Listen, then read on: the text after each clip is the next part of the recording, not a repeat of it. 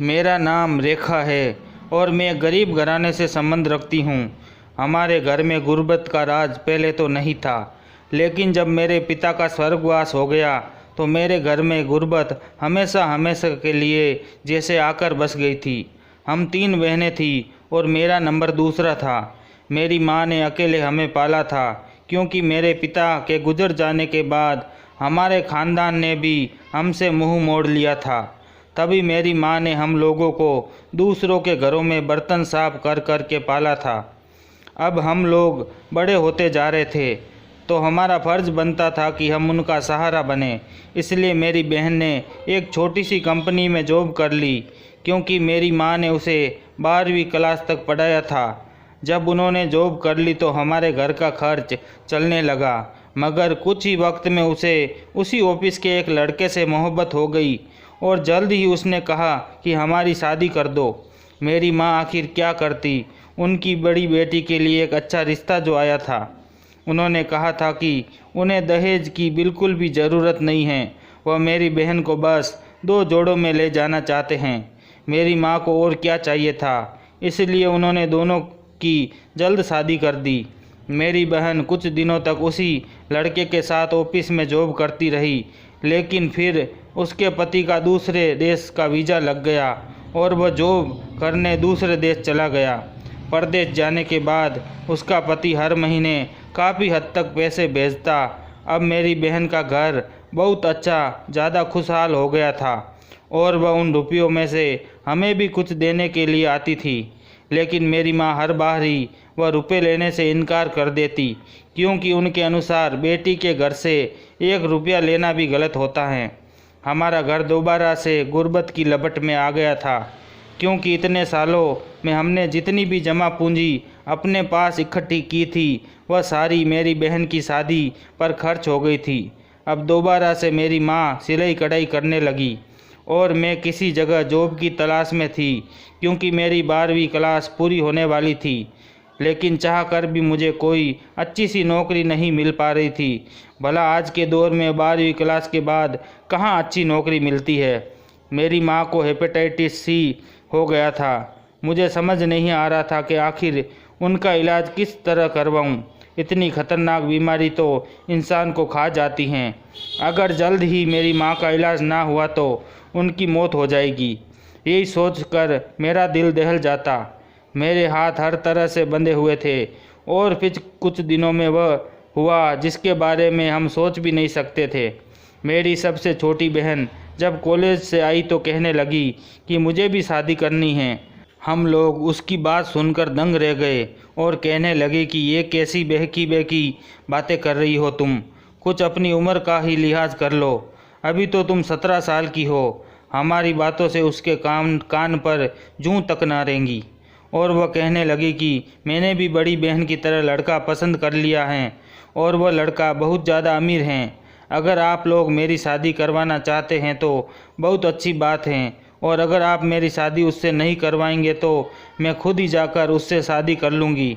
अपनी छोटी बहन के ऐसे रंग देखकर मैं सकते में आ गई थी, जबकि मेरी माँ तो बिल्कुल ही खामोश हो गई थी। किसी लड़के की मोहब्बत का भूत उसके सर पर बुरी तरह सवार हो गया था और उसी वजह से वह बागी बन गई थी। मेरी माँ ने उसे सुकून से समझाते की बहुत कोशिश की।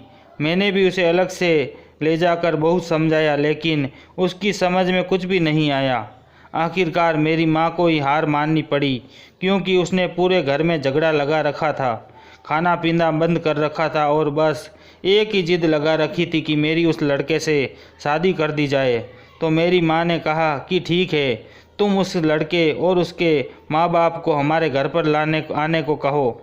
बोलो वह खुश हो गई हैं और अगले ही दिन वह लड़का अपने माँ बाप के साथ हमारे घर आ गया। जब उसके माँ बाप हमारे घर आए तो मेरी माँ को कुछ तसल्ली हुई, क्योंकि पहले उन्हें लग रहा था कि वह लड़का शायद मेरी बहन के साथ कोई फ्लर्ट वगैरह कर रहा है। लेकिन अपने माँ बाप को हमारे घर लाकर उसने साबित कर दिया कि वह मेरी बहन के साथ धोखा नहीं कर रहा। दोनों खानदानों में बातचीत हुई। आखिरकार सब बड़ों ने बच्चों की खुशी को मद्देनज़र रखते हुए ये रिश्ता पक्का कर लिया। मगर उनके और हमारे ख़ानदान में बहुत बड़ा फ़र्क था, क्योंकि वो लोग बहुत ज़्यादा अमीर थे और हमारी 2 वक्त की रोटी का गुजारा भी बड़ी मुश्किल से होता था। उसकी वजह से उन लोगों के साथ रिश्ता करने में हमें बहुत ज़्यादा मुश्किल हो रही थी। वैसे तो वह लोग हमारा भरपूर साथ देने के लिए तैयार थे, लेकिन फिर भी हमने भी तो अपनी बहन को दहेज में कुछ ना कुछ देना ही था। उसी वजह से मेरी माँ ने कई जगह से कर्जा उठा लिया। कई लाख रुपए कर्ज उठाकर माँ ने मेरी बहन की तो शादी कर दी, लेकिन इस शादी के बाद हम लोग तो भारी कर्जे के नीचे चले गए। वह हमारे लिए बहुत बड़ी मुसीबत साबित हुआ। हर महीने हज़ारों रुपए की किस्त भरना हमारे लिए बहुत मुश्किल होता जा रहा था, क्योंकि सिलाई कढ़ाई से सिर्फ घर का खर्चा ही निकलता था। ऐसे में हज़ारों रुपए किस तरह चुकाते, ऐसा करना हमारे लिए बहुत मुश्किल होता जा रहा था। हर महीने कर्जदार हमारे घर के सामने आकर खड़े हो जाते और किस्त मांगते।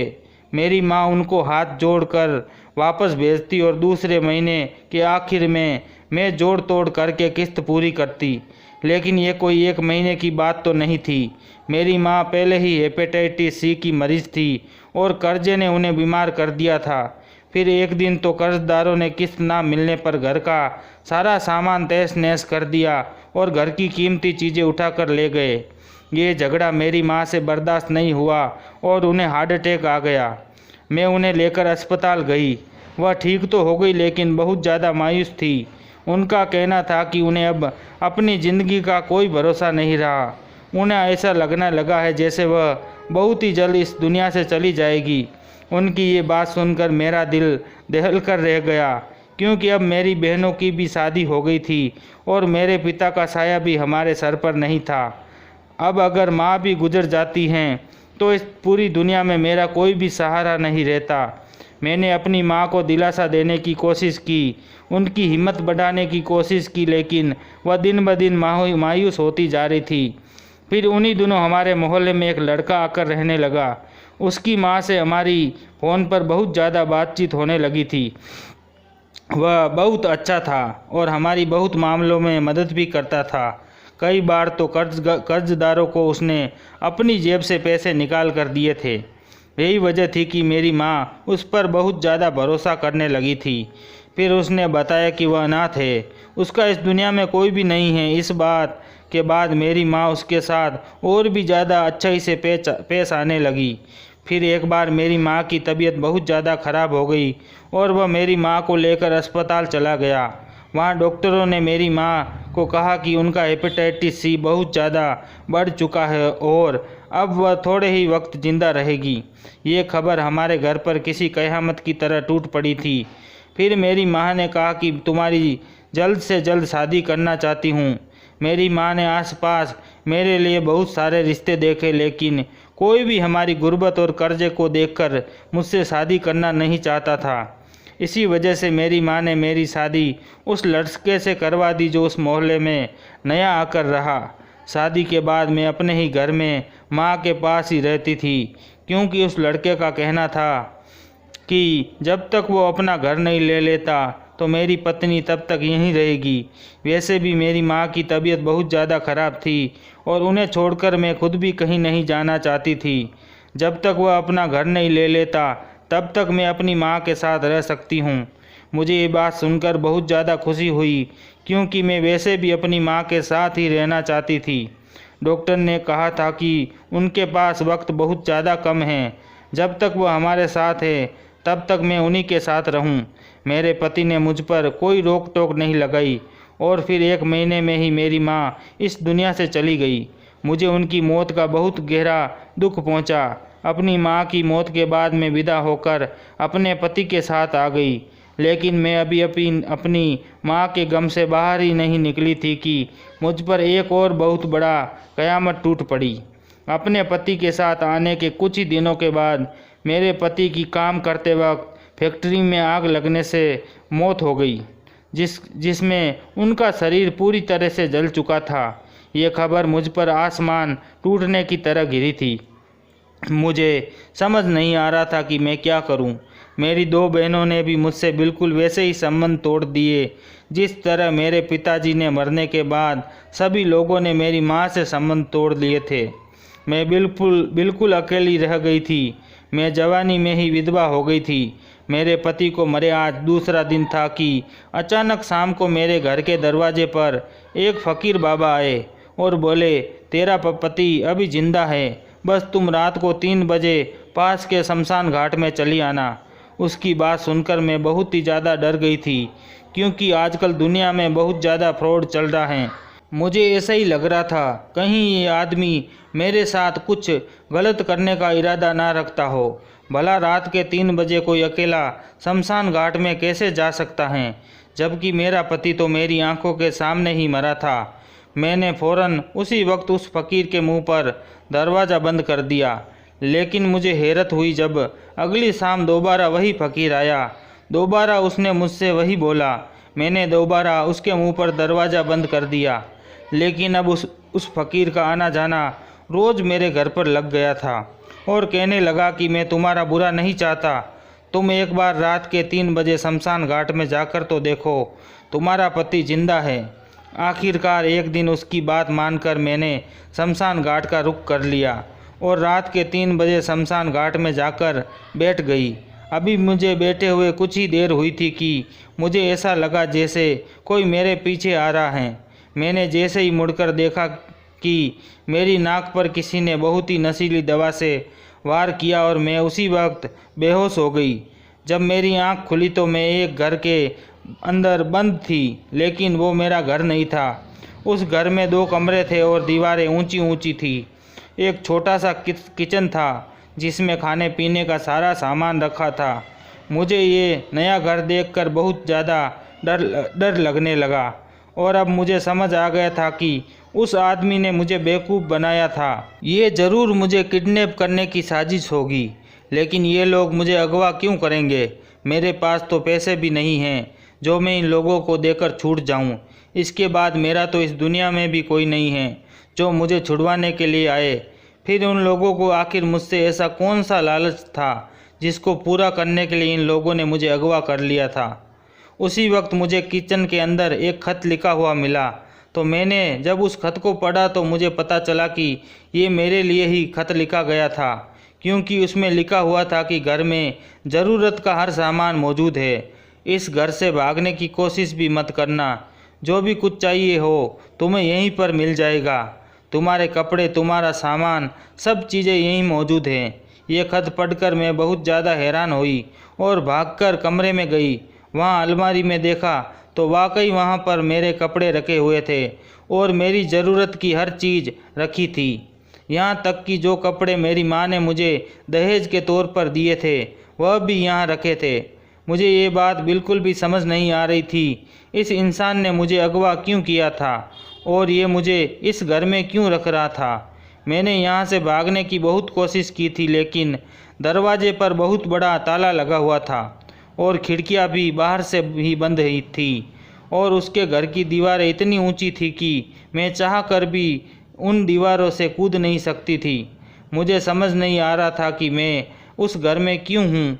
और फिर एक रात मुझे दरवाज़ा खुलने की आवाज़ आई, जैसे मैंने कोई बाहर का दरवाज़ा खोलकर घर में दाखिल हुआ हो। वह इंसान जो कोई भी था वह काले नकाब में था। उसने घर में आकर राशन और कुछ मेरी ज़रूरत का सामान रख दिया। मैंने उससे कहा कि तुम कौन हो? उसने मुझे डांट कर चुप करा दिया और कहा कि मुझसे दूर रहो। मुझे उसकी आवाज़ कोई जानी पहचानी लगी तो मैंने कहा, मुझे लगता है मैं तुम्हें जानती हूँ, तुम हो कौन? तो उसने कहा कि वक्त आने पर तुम्हें सब पता चल जाएगा कि मैं कौन हूँ। फिलहाल तुम खामोशी से इसी घर में रहो। मैंने पूछा, तुम मुझे बिना वजह इस घर में क्यों रख रहे हो? मेरा अपना घर भी है। मगर उसने मेरी कोई बात नहीं सुनी और वो वापस चला गया। उसके बिना कोई जवाब दिए चले जाने पर मैं बहुत ज़्यादा परेशान हो गई। मुझे ऐसा लग रहा था जैसे मैंने वह आवाज़ कहीं सुनी थी, मगर शायद वह इंसान आवाज़ बदल कर बात कर रहा था, इसलिए मैं तुरंत उसके बोलने का अंदाज़ नहीं पहचान सकी। लेकिन मैंने इतना तो सोच लिया था कि अब मैं उस इंसान का पता लगा कर रहूँगी। आखिर उसने मुझे क्यों अपने घर में कैद करके रखा है, जबकि मेरा कोई कसूर नहीं है। इस तरह कुछ दिन यूं ही मुझे उस घर में अकेला रहते हुए गुजर गए, क्योंकि वह आदमी हफ्ते का राशन देकर गया था।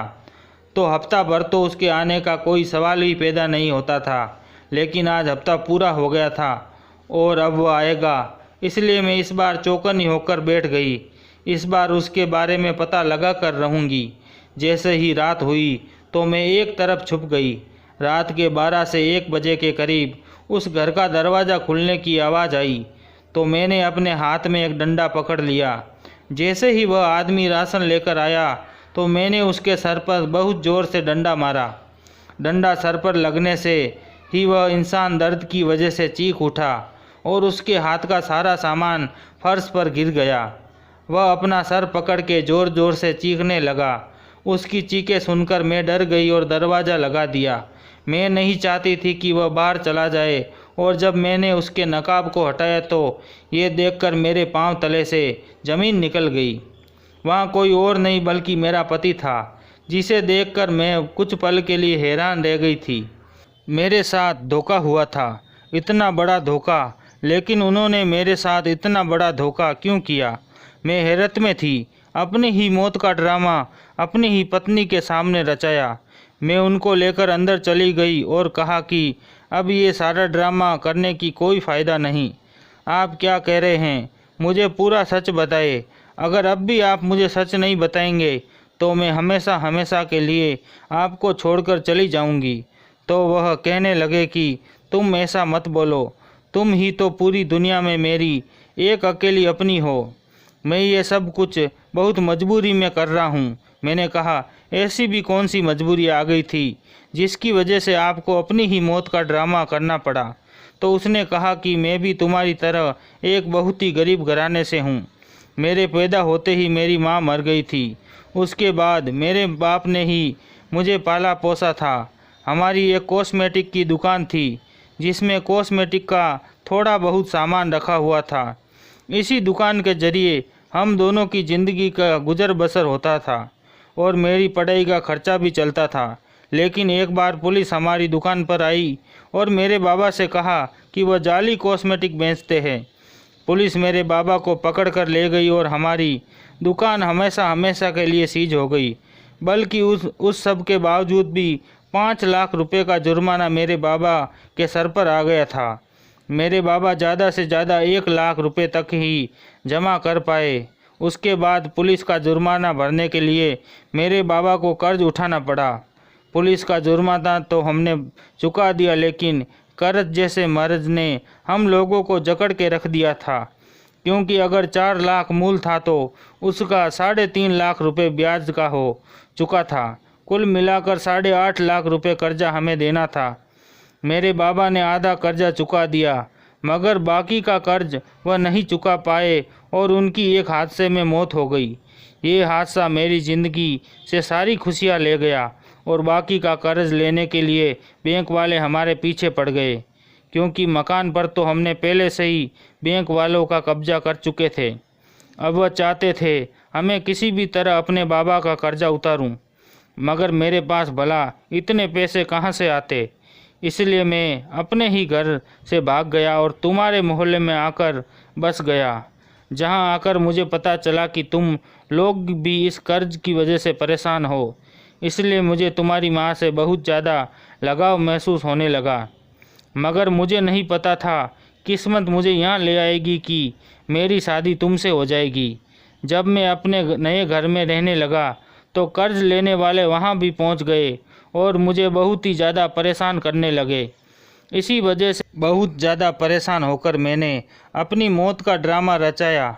सोचा कि ना रहेगा बांस ना बजेगी बांसुरी वाला सीन हो जाएगा, क्योंकि सारा मूल तो मैं चुकता कर ही चुका था। अब ब्याज की बारी थी, इसलिए मेरी मौत की खबर सुनकर वह लोग ठंडे पड़ गए। मगर मुझे तुम्हारी भी फिक्र थी।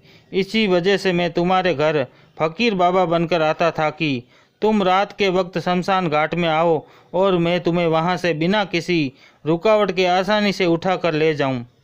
जब आप मुझे यहाँ से लाए थे तो फिर मुझे बता क्यों नहीं दिया कि आप अभी ज़िंदा हो?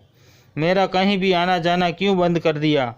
ये एक राज है। मैंने तुम्हें इसलिए नहीं बताया कि जब तक मैं बैंक का पूरा कर्जा ना चुका दूं, तब तक मेरी मौत का राज एक राज ही रहेगा। मैंने कसम खाई थी कि किसी को भी पता नहीं लगने दूंगा कि मैं अभी जिंदा हूँ, फिर चाहे उसमें मेरी पत्नी ही क्यों ना हो। मेरा मानना है कि राज सिर्फ अपने पेट का है। अगर दूसरों के सामने राज खुल जाता है तो राज राज नहीं रहता। धीरे धीरे उस राज से पर्दा उठता चला जाता है। और वैसे भी बैंक वाले तुम्हारी तलाश कर रहे थे। मुझे और मेरे बाबा को परेशान करने के बाद अब उनका निशाना तुम थी। मेरी मौत के बाद वे सारा पैसा तुमसे निकलवाने की फिराक में थे। इसलिए मैंने तुम्हें वहाँ से किडनैप कर लिया और यहाँ पर छुपा रखा है, ताकि वह लोग तुम तक ना पहुँच सके। मैं आहिस्ता आहिस्ता करके कर्जा चुका दूंगा। उनकी ये सारी बातें मुझे उदास कर गई। वाकई कर्ज का मर्ज था। कितनी जिंदगियां बर्बाद कर देता है ये कर्ज। इंसान 2 वक्त की सूखी रोटी खा ले, मगर कर्ज की दलदल में कभी ना छलांग लगाए। तो दोस्तों, कैसी लगी कहानी अच्छी लगे तो चैनल को सब्सक्राइब करें और वीडियो को लाइक करें और कमेंट करके ज़रूर बताएं। तो चलिए मिलते हैं अगली वीडियो में, तब तक के लिए धन्यवाद।